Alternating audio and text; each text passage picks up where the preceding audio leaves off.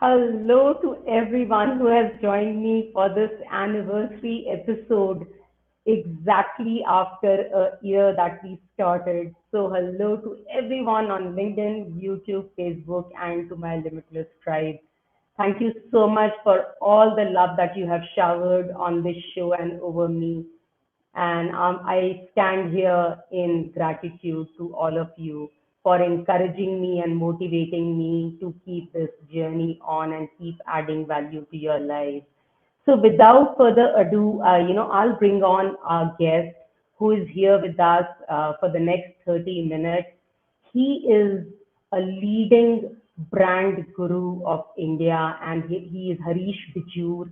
He's a brand domain specialist, and he runs a boutique consultancy firm, which is Harish Bijoor Consultants, and they have a presence all over the world. And he is not only into the branding world, he's the most sought after public speaker in the country, and he speaks on topics related to general management, marketing, sales, retailing, branding, trend spotting, and whatnot. And in fact, you'll be surprised to know that he has spoken to the corporate audiences for 15,800 hours till date. So, and he's involved in the world of coffee. He's written, a book that has already come out, Marketing Trends. Then he's also working on two other books on branding, on the core fundamentals of branding. So let's bring him on without further ado. Let's have Harish Bijoor with us. And don't go away after we are done, because I will be taking questions from you and I'll be sharing all the learnings I have had over the 1 year period of this Limitless show. Thank you so much for joining me over here, Harishi. Thank you. You're most welcome to the show. Can you hear me? You're not able to hear?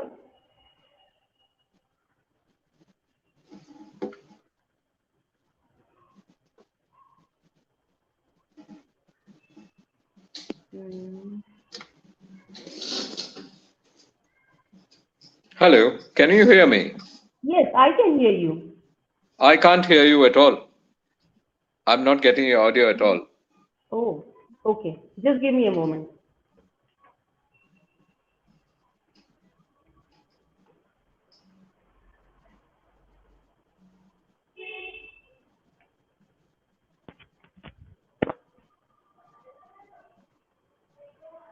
Are you able to hear me now? Hello? I can't hear you at all.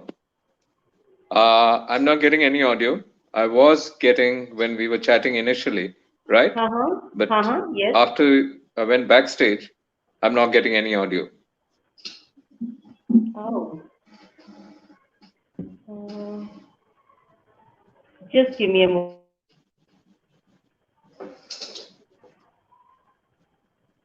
Hello? Yes, I'm Hello? just checking my Yeah. audio. I now got your audio. You got my audio? Okay. For the first Wonderful. time, I'm hearing you now. So let's go. Yeah. Okay. Great. Uh, yeah. I haven't heard anything that you said till now. So never mind. We can start. Okay, great. Wonderful. So I welcome you on the Limitless Show. Thank you so much for joining me over here. It's a pleasure to absolutely have you on. So we will start with your story, how you got into the field of branding, first of all. And, first of all, how did you get in? And then what were your struggles like? I'm sure you must have gone through a lot of challenges and struggles as well. So let's Of hear course. that. Yeah. Okay. Firstly, happy anniversary, Anshu. I think, Thank you it's so much. terrific to be celebrating 1 year. And I have always believed that voice is it and visual is it, because, that's the new way in which we're going to move forward. Text is so yesterday. Having Yes. said that, let me answer your question. I am a total accident in the world of marketing. I've never ever wanted to be in marketing ever in my life when I was growing up, when I was in school, or when I was in college. I wanted to be an IAS officer, and only IAS, not the IPS, not the IFS, none of the other central services. And Right. therefore, I sat for the exam, didn't get a great rank, got into a service which was not to my liking, and therefore I decided, I need to be doing something else. And that's when I accidentally, on campus got recruited to be a part of the management training system of a company called Brook Bond Lipton India Limited. Now, Brook Bond was a tea company, spices company, coffee company, and ice cream company in those days. And so I joined. And thus began my travel in sales and marketing. I started in sales, moved to marketing, from marketing into the niche arena of branding, and thereafter, I spent the first 8 years with Brookbond Lipton India Limited.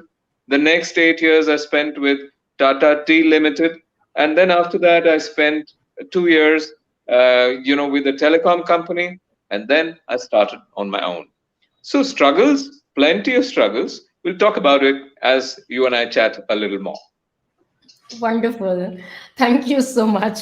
So it was indeed by chance that you actually got into branding, and then you developed your skills and your knowledge to that extent that you became the leading brand guru of India.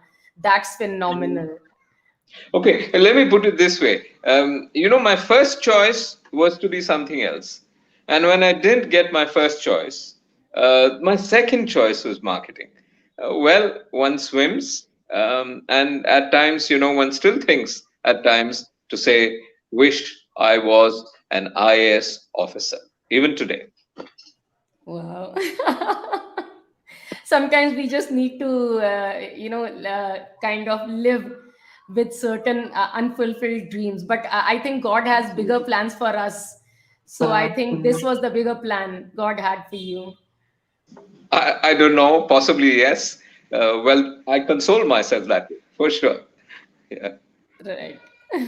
So I'll straight come to the what you talk about best is personal branding. So what is personal branding? Because there was not too much of a talk of personal branding maybe 5 or 10 years down the line, and suddenly all of a sudden with the emergence of the internet and especially now post COVID, now where everyone has started having their own channels, and having everyone has become a content creator and trying to be an influencer. Now there's a lot of talk around personal branding. There's a flood of coaches in the market, all sorts of coaches. So why has it become so important in today's day and age, and who are the people actually who should focus on building their personal brand? Okay, very good question, Anshu. If you really ask me, branding is really, in the old days, it was about products and services. So Right. you were marketing a laptop, you needed your laptop to be branded. You were actually marketing a home delivery service, you needed to be branded. Otherwise, people wouldn't look at you. And therefore, branding was about inanimate objects and inanimate services. Now, that went on for long numbers of decades, something like about 3.5 decades. Within India, for instance, we have focused only on products and services. However, as the days went by, the people who were marketing these products and services became brands on their own in some way or the other. And then in society, there were several verticals. So there is the one big vertical. The best marketer in our country is the politician. Because if you really look at the politician, he, she, they have to market themselves to be in the public limelight, to have a positive attitude towards them, to have a halo around them, an aura around them, so that people look at them and say, this is a good person, and I'm going to vote for this person when the time comes. And that's how personal branding started. If you ask me, the politician is the best personal brand example you can look at. Look Right. around within your own assembly or your municipal corporation area. You have a corporator. Quite likely, he's a name. What is his name? Well, you might remember it. He's branded himself well. There is a local MLA. He's branded himself well. There is a city member of parliament. He's branded himself well. There is a minister branded well. There is a chief minister. There is a prime minister. Everybody is branded very, very well. So personal branding starts with politics. Right. Learning from politics, corporate people from literally every arena said, we too want to be branded. And then came the boom of social media. And in social media, in came Twitter. Everybody with a Twitter handle is a brand.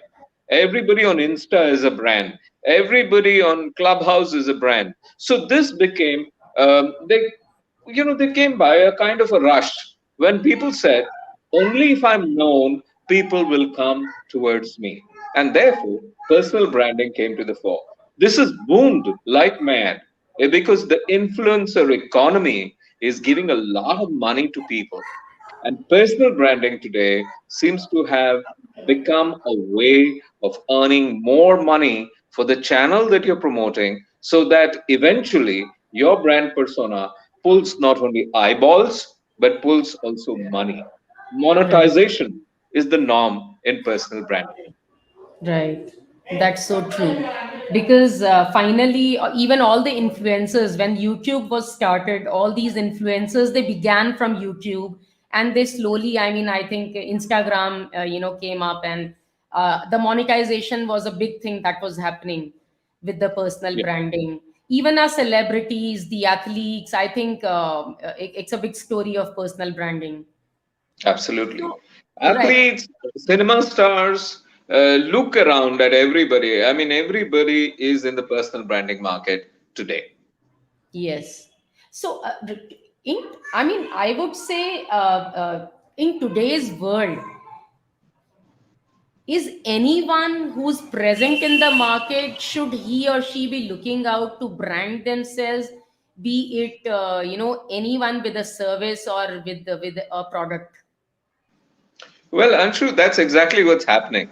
Anybody who is in the market in terms of the digital marketplace is wanting to be branded. Now, must they or must they not? That's a different issue. I have a personal point of view. I think you must brand yourself, but you must brand yourself with the truth. You cannot brand yourself with a lie.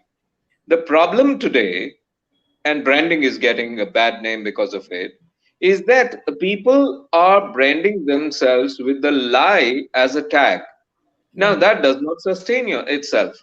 Branding, please understand, is all about integrity. If you are a wolf, brand yourself as a wolf. If you're a sheep, brand yourself as a sheep. Don't go as a wolf in sheep's clothing. Now, that is where the problem arises. And that's Right. where distrust comes into branding. Therefore, in personal branding, I get a fair number of politicians, cinema stars, sports stars, and numbers of people who come to me and say that we want to personally brand myself. One of the first things that I do is I sit with them and find out who they are. And within minutes, I tell them, you are this. And if you brand yourself as this, you will succeed. If you're a thug, brand yourself as a thug. You will succeed. Incidentally, Veerappan the dacoit is a very big brand in this country. Yes. There are Yes. parts of the country who is respected. There is a mustache wax which has been launched at Harrods in London with Yes. Veerappan on it. Yes. So if you're a thug, brand yourself as a thug. Don't worry, you will do well. But don't do this wolf in sheep's clothing bit. That's what I discourage. Absolutely, absolutely. I think, you just said out what I had in my heart and mind, that, I think authenticity matters no matter who you are or what you're doing, but coming in front of people as authentic is very important. Very true. Very true. So, what are the major components of personal branding? That is, I mean, what are the different means or mediums through which you can brand yourself? See, as a personal brand in digital media today, there are multiple sets of options, right? There are a total of 26 digital media vehicles you could be on. Okay, Insta is certainly one, Twitter is another, Facebook is another, YouTube is another. But how many such mediums can you be on? Because there will come a time when all you're doing on a particular day is updating your personal handles and there's no content, not enough to go into that. Therefore, my advice is dominate two mediums. Don't be beyond two mediums. You pick what those mediums can be. You want to be on Insta and YouTube, be there, but dominate that medium. The important thing is ensure that you're able to emote with your target segment, with the people who are watching you, the people who are participating with whatever you're putting out there. Ensure that there's a certain degree of interactivity, because please note, personal branding is not me sitting on top of a pulpit and pontificating to everybody. Personal branding is me talking to you and you talking to me. I talking to my audience and my audience talking back to me. So that freedom is extremely critical to remain and retain. And if you do that, there is interactivity. The digital medium for the first time is creating a one is to one medium. You're sitting in Bengaluru, I'm Right. sitting in Delhi, and between you and I, we are making a connect digitally one is to one. And there possibly is an audience which is sitting all over the country and possibly all over. And what's Mm-hmm. really happening is we are making a connect. This Right. connect is one is to one connect. And I Right. think it's beautiful to have that kind of connect. And that's the power of digital media to create a personal brand. Right, absolutely. So I also want to ask you, I mean, we always talk about word of mouth. We say that word of mouth is the best advertising that you can do. If you are in any field, maybe you have a restaurant or a mithai shop, for example, and you have things, which people kind of, just cherish and they come and they pick up, and you are not branding yourself really. You are just sitting in that shop and you are making good stuff, of course, and it's spreading, the word is spreading through, word of mouth. Should you just be sitting, or can branding exercise, can spending on branding give you some more leverage? Okay, typically, I discourage people from spending when it comes to personal branding. I tend to tell people that you must not spend a single paisa, a single dollar, a single yen when you want to promote yourself on digital. You must do what is called zero money marketing, which is to say that, hey, you must promote yourself with passion, but without any money going out there. Because the moment money comes in, it creates a different ball game altogether. And that ball game is not necessarily packed with integrity. And that growth that you get is not organic. I always believe in acquiring followers organically, not inorganically. Because organic followers will last and last with you. Inorganic followers don't last with you. Take my Twitter handle or my Insta handle or my LinkedIn. Every 3 months I use a tool to really look and see that which is a bot which is following me and who is a real person.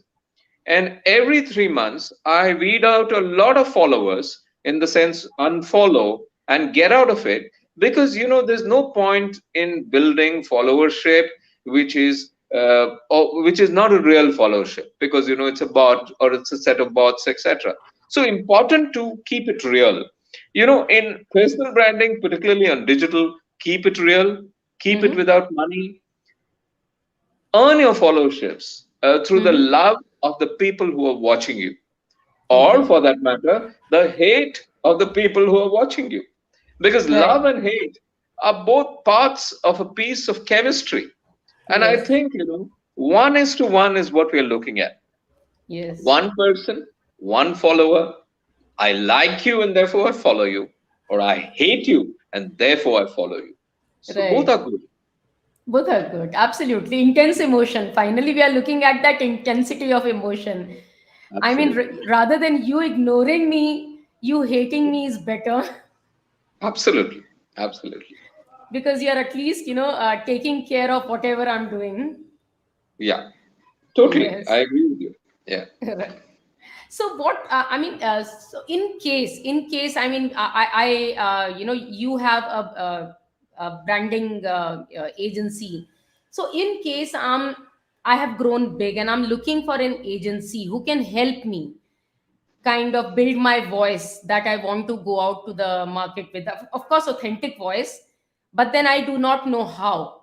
So, what should I be looking for in a branding agency while selecting one? And what are the basic fundamentals of personal branding that you should keep in Okay. mind? Okay, very good question, Anshu. If you ask me, one of the first things you have to look for in a branding partner who is going to help you build your personal brand is find out if he, she, or they have integrity as the backbone of their practice. Extremely important. Two, go to a person who you can trust, who you're willing to listen to. Because please Right, understand, just because you go to an agency, don't go and try and tell them what they must do. Try and listen to find out what they want to do. Is this agency capable of sitting with you, chatting with you, and telling you, you are like this only, and please brand like this only? And if you cannot agree to that, then you don't even need to go to the agency. You just do your own thing. In branding, I think, in personal branding, the biggest thing is credibility. The right. backbone of credibility that you build is important. So I keep saying, if you ask me three things, I'll say credibility, credibility, credibility. If you ask me Amazing. 5 points, I'll say credibility, credibility, credibility, credibility, credibility, 5 times. Right, I right. think that's the basic. Yeah, Right. So I mean, you are saying that is the most basic fundamental of personal branding. absolutely. If that is Nothing beyond taken that. care of, nothing beyond that. Nothing beyond Right. that. In fact, that's why I say you don't have to go to anybody to create a personal brand for yourself. Be true to yourself. Find out who you are. Sit down, take a sheet of paper, write down the 10 words that come to you when you think of yourself. 10 words. Hashtag one, hashtag two, 10 hashtags. Keep that sheet separately. Then go and ask your mother, your father, your sister, your brother, your cousin, your uncle, your teacher. Right. Ask them to give you 10 words about you. Take all these and try to match them.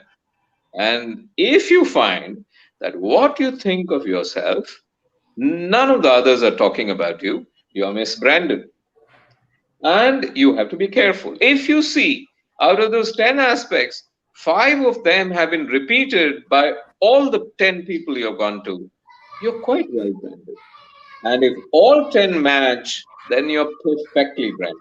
Wow. So, branding is a do it yourself kit. Don't go to anybody, do it yourself.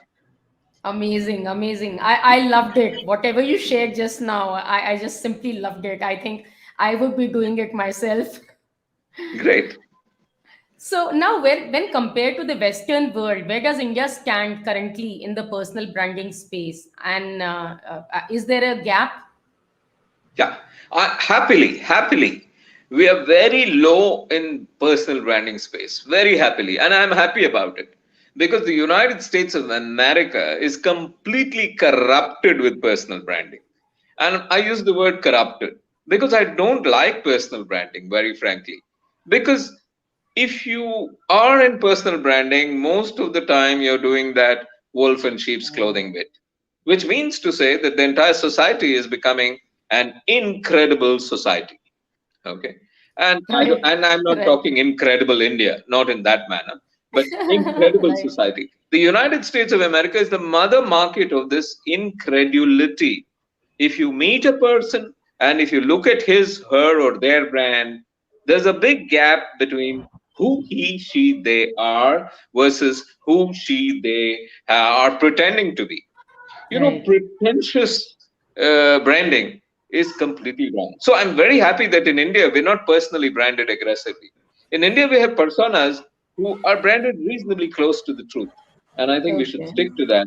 So when I say India could be, the 40th in the personal branding scale across the world out of 226 countries, I'm very happy that we are 40th. I hope we become 52. And I hope we don't become 49. Yeah. Right. Right, got it. So I think you are also a lot into this kind of research into the rural and urban consumer behavior. So what are the three major differences that you have found between the rural and the urban consumer? Okay. See, firstly, the rural person is more real than the urban person, in the sense that the rural person is so much closer in touch with reality. The rural person is closer to nature. He, she, they have been in the fields.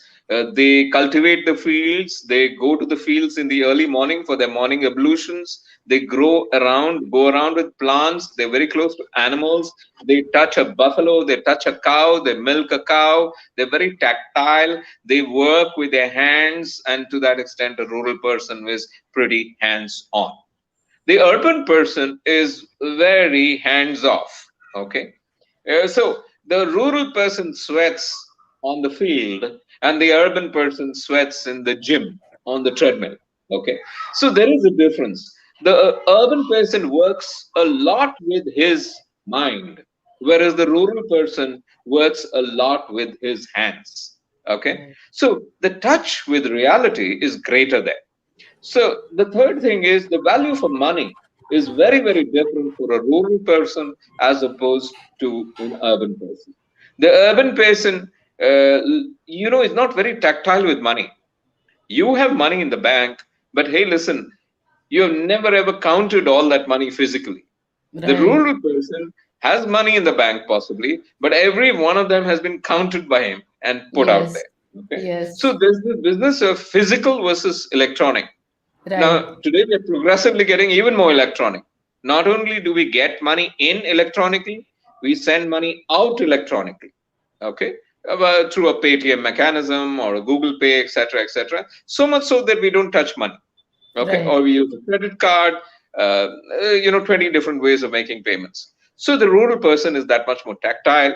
The rural person is also that much more intuitive as opposed to the urban person who is less intuitive. We urban people have killed our intuitiveness. Yes. A Yes. rural person is very open, and he will come to you, he'll look at you, speak to you for 10 minutes and understand who you are. Now, an urban person, I find it very difficult to understand another urban person because urban people wear masks, which Masks. we don't remove. Yes. Not the face mask, not Yes. the COVID corona mask, but masks Right. which I mean, I find it very difficult for to pull people's masks off. Right. Urban people are clever on that to say that they show themselves only to a few people. And most of the time, the only person who knows an urban person really well is the spouse or the family he she they live within, etc. So whereas a rural person is totally ruthlessly gorily open. And I think, Yes. of course, these are just three things, but I have listed out 46 differences between an urban and a rural person. We don't have the time to go into that. Yeah. Yes, unfortunately, yes, because I really want to be talking so much more. But looking at the time, I'll just ask one last signature Sure. question that I Sure. ask my guests. So, do you believe in the limitlessness of the human being or the human spirit? And if you do, who, according to you, is limitless? Okay, see, I certainly believe in the limitlessness. I like the name of your show, The Limitless Show. And if you really ask me, we are just about entering into the limitlessness era, in the sense that, all of us understand now that we are talking about the metaverse and the multiverses that will emerge in the future. The metaverse is limitless. So, what we're saying is there's a physical universe which you and I live within, and we know nothing about the universe. But in addition to that, we are getting different universes getting created, which are digital universes. And in the digital universe, you can actually buy, you can sell, you can market research, you can discuss, you can literally, except for you can't eat there, but you can order there, and the physical universe will deliver it to you. So a Right. McDonald's is going to have on the multiverse, on the metaverse, a McDonald's store, and across the world anybody can go there and make an order, and that order will be pumped into your local corner store in Kormangla, or in Andheri West or in Dharavi, and out Right. will come this food from there. So what am I saying? There's an interaction of the multiverse, and the metaverse is a classic example of the limitlessness of the future. There are no limits, nothing. Right. There was a time when geography was important, but today geography is history. Geography became history with digital. Now, geography is not a concept at all because there's something called mythical geography which is being created. So, just Yes. like you and I paint political boundaries of countries, somebody in the metaverse is actually creating boundaries of mythical countries which are being created. There are mirror countries out there. India will have a metaverse India, and every country will have a metaverse presence. So it's going to be very, very exciting. So if you ask me about this limitlessness, I'm very, very excited. There's no limits for anybody today. You and I can do what we want, Yes. and if we can't do it in the physical world because somebody is saying something about it, we can do it in the metaverse. Right. Yeah. Absolutely. Absolutely. Okay. Thank you so much. And any Thank you. last message that you want to give to the audience who's watching you here right now? Hey, nothing really, except to wish you and your show all the best and happy anniversary again. Yeah? Thank you so much. Yeah. Thank you so much for joining us Thank you. and for all the wisdom and the knowledge and your time. Thank you. Have a Whatever. good night. Thank you. Thank you. Thank Bye. you. Bye bye. Okay, I'm going to run, Anshu. Lovely Yeah. meeting you. Yeah? Yes, Take same care. here. Hey people, do not go away yet. So, today is the anniversary episode, and I'm so excited. So, I want to tell you, I don't know, I said it in the beginning as well, but since I was not heard at that time, I'm now wondering whether you heard me or not. So, we are going to have question and answer rounds. So do send in your questions in the comments, and I would love to answer any questions you have regarding the show, how it got started, were there any difficulties I faced, were there any situations that happened. I mean, whatever comes to your mind, just throw them at me in the comments, and I would love to answer your questions. Until you do that, let me go ahead and share some tremendous learnings that we all had together on this show. So I had till now, I mean, including today, 48 guests so far. And it has been a roller coaster ride, guys. Believe me, I want to share one incident with you where, 8 o'clock, the show was about to begin on one of the Wednesdays, and I was just about getting ready for the show. And about 7:20, I receive a call from my guest to be, and she says that she had a death in her family of some close relative just an hour back, and she would not be able to come on over the show. And I was like, oh God. So, and this was not the only time it happened. It happened on several occasions that, just the show was about to begin and some such thing happened, and my guest had to drop out of the show, and I could not go ahead and conduct the show. So these were small nitty gritties, part and parcel of the show, with which I still carried on. And there were times when I felt like I kind of should I stop, should I not go ahead. And just then someone would come over and congratulate me, and kind of appreciate me, tell me they are so proud of me, and that I'm adding so much of value in their life. And then I would think that yes, I need to go on for all these people who are appreciating it, who are deriving so much value out of it. So this was the a little bit of talk behind the show, behind the scenes.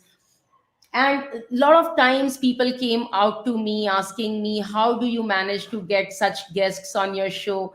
Do you actually pay them? I had people asking me such questions as well, and I was like laughing all over. I was like, no, no, no, not at all. They are all authentic and organic, and I have never paid any guest to come over on this show. So now let me come to the learnings that we all had. So the first learning ever, ask and you shall receive. Basically, set and send your intentions to the universe. It's very important that you share with the universe what your intentions or your desires are. And only when you say it out loud, when you put it out in the universe, you become a magnet which attracts, you know, whatever you desire back to you. Because most of the time we spend all our time in cribbing and complaining about what we don't have, but we do not take the time to go ahead and put our intentions across to the universe. And you know what, our words that we use our words so lightly. We say certain things and then we say कि, oh, it's okay, we were just joking. No, we should never use our words lightly, because words are energy and they do cast spells. That's why the words are comprised of spellings, because they cast spells. So you should be very, very cautious of what words are you using daily. What is the vocabulary? What are the kind of things that you're talking about? What are you saying to yourself? What are you saying to others? Be very, very cautious about these things, because they are finally your intentions. You are putting out those intentions to the universe with whatever you are saying out to the, within yourself or out loudly. Even within yourself, when you're talking to yourself, not loud though. So be very, very cautious. And in the same thing, have good intention for others. Anyone can have good intention for themselves. We all do, right? Who wants something bad happening to themselves? But only when you have good intention for others as well does it matter, isn't it? When you are joyous in other people's achievements, that is your karma. Actually, karma is nothing else but your intention towards other people. That comes back bearing fruits. So be very, very careful what intentions you are having for others. Second learning second learning is that universe is very, very benevolent, very benevolent, and it tries teaching us different lessons by way of throwing us into some sort of difficulties, some sort of challenges. But if we look at those challenges, those difficulties in a negative spirit, in a negative frame of mind, we end up losing the opportunity behind the doors of those challenges. It is the universe's way of teaching us certain lessons. When we learn those lessons, those challenges automatically go away. They do not remain with us. But we need to learn those lessons. Till we do not learn those lessons, universe keeps throwing those challenges and keeps making them tougher and tougher and tougher. So it's very important that out of any tough situation, you learn your lesson and move on, and never treat it as, you being unlucky or, a struggler. No, that's not the case. Third lesson, abundance is your ability to materialize things at will. Abundance is a state of mind. Abundance is a state that you are in where things start flowing to you with ease and grace. You don't need to struggle for them anymore. You don't need to really work your ass off for them anymore. They just flow to you. That, because that is a state. It is the only thing that can replace all your fear with love. Because in the state of abundance, you know that everything will be taken care of. That is the beauty of abundance. Just a moment.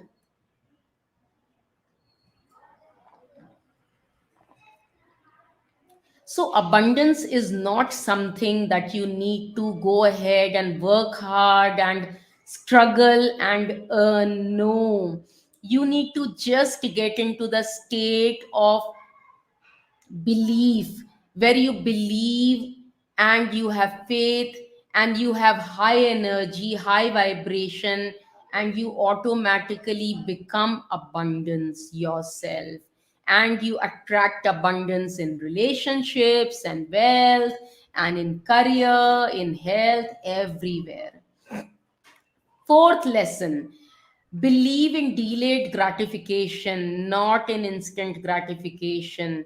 Today is the world of 2 minute Maggie noodles, and that's how our mentality has become. We do not want to wait for anything. If we do something, we instantly want to see results. But that does not happen that way. We need to keep stacking our work one on the other and wait till it gains that kind of a momentum where it starts showing results, but it takes some time. There has to be delayed gratification. We cannot, I mean, people today believe in, let's have pizza today, tomorrow if we are dead we'll not be able to have pizza, the taste of pizza. But that's not how it is.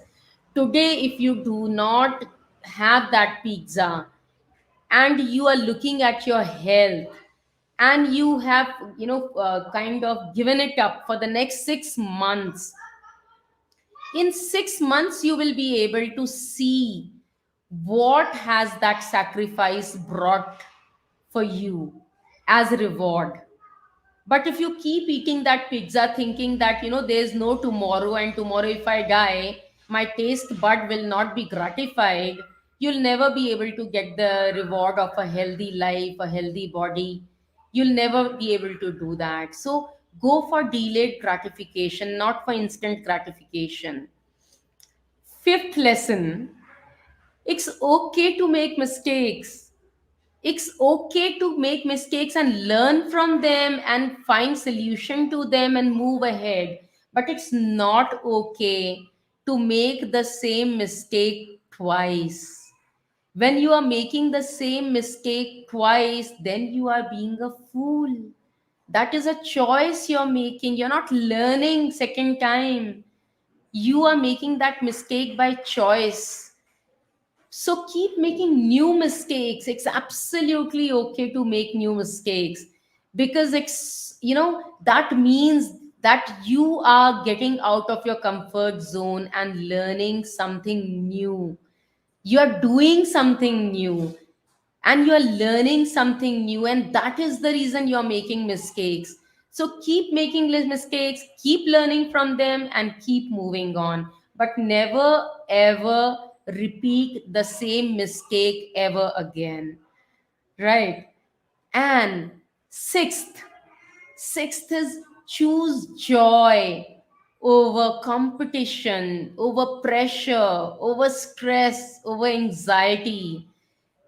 It's not only true for your child, it's true for you as well, because creativity flows in the state of relaxed spirit, in calmness, in peace, in joy. When you are in joy, you are the most creative person on earth. So do not pressurize yourself, do not remain in stress and anxiety. Let yourself feel the joy. Let yourself align to this universe, to the divinity within you. And let your child also grow as a joyful child. Do not pressurize him or her to come first, second, or third in the class, because that is not going to take him or her anywhere. What is going to definitely take them somewhere is that joy, is that state of joy all the time. That is going to bring out the best in them, and that will help them become the best version of themselves. So choose joy over stress and anxiety. And the last lesson, I mean, Not the last, there were many lessons, but it's not possible for me to go ahead and share all of them. So last, as of now, is be intuitive. Just now my guest Harish Bijoor, he shared that people in rural world are still intuitive. In urban setting, we have lost our intuitive ability. We are always looking for answers outside in the external world, but all the answers are within you. All the answers are within you. Just ask for inner guidance. When you get connected to your inner self, your inner divine self, and you sit in a relaxed, in a joyful state, in a state of calm and silent state, and you ask yourself the right questions, all the answers will come from within. Your intuition will guide you. It's the biggest guide. Intuition is nothing but your inner divinity, which is giving you the answers, the guidance.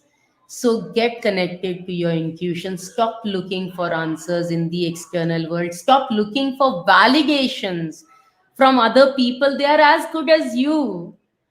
They are also the people of the external world. So stop looking for those validations. Look within. That is the last message that I want to give you. That is the learning that even I had over the last 1 year. And I'm so, so, so glad that I'm moving on after this 1 year to another phenomenal year with you, with a total whole new set of phenomenal guests. So keep looking out, keep watching out. Thank you so much for being with me. You take care. All the best. And God bless you. Good night. Bye bye.